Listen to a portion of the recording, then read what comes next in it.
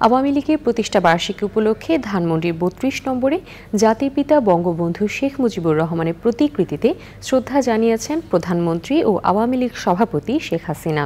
এ সময় আওয়ামী লীগের কেন্দ্রীয় নেতারা উপস্থিত ছিলেন। শ্রদ্ধা নিবেদন শেষে আওয়ামী লীগ সাধারণ সম্পাদক ওবায়দুল কাদের বলেন, বর্ণচোরা বিএনপির নেতৃত্বাধীন সাম্প্রদায়িক অপশক্তিকে মোকাবেলা করাই আগামীর চ্যালেঞ্জ। ইফতেখার উদ্দিনের রিপোর্ট।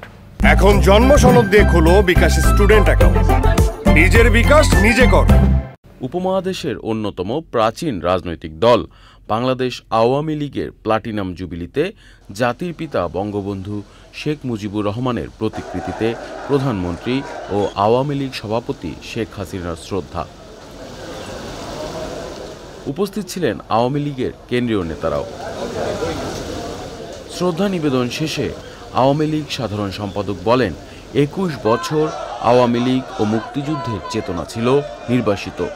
বিএনপিকে বর্ণচোরা উল্লেখ করে আওয়ামী লীগ সাধারণ সম্পাদক বলেন, বিএনপির নেতৃত্বাধীন সাম্প্রদায়িক অপশক্তিকে প্রতিহত করাই আগামীর চ্যালেঞ্জ। আমরা আমাদের রক্তমূল্যে অর্জিত বিজয়কে সুসংহত করব।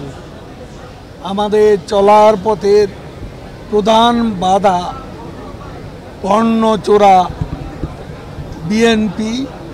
মুক্তিযুদ্ধের নামে এই বর্ণচোরারা ভাওতাবাজি করে।